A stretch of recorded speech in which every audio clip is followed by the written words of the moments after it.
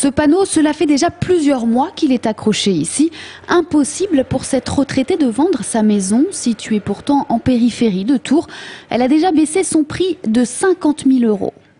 Au fur et à mesure du marché, j'ai baissé de 10 000 €, 10 000 €. J'en suis à 220 000 €.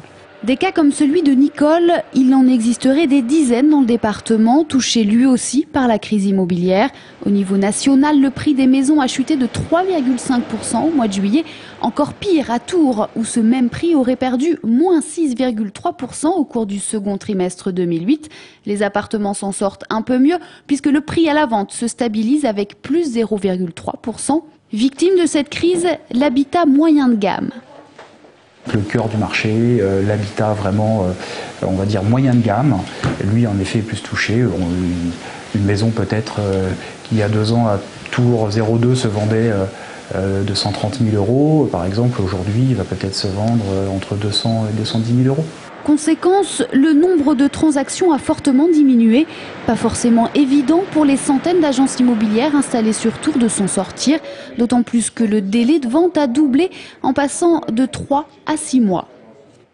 Soit le propriétaire ne vend plus parce que la culbute n'est pas assez intéressante, et auquel cas il peut même remettre en location ou reporter son achat. Donc manque de clients acheteurs dans ce créneau-là, manque de produits à vendre dans le même créneau, ce qui fait qu'aujourd'hui c'est quasiment 50% du boulot qui est en moins, quoi, en fait. Au cœur de cette crise, un durcissement des conditions d'emprunt imposées par les banques qui rendent de plus en plus difficile l'achat, notamment pour les primo-accédants. On a vu quasiment en 2 ans les taux d'intérêt doubler quasiment, quoi. Ce qui fait que pour un même revenu, un même profil, l'acheteur a aujourd'hui peut-être entre 10 et 20% de budget en moins.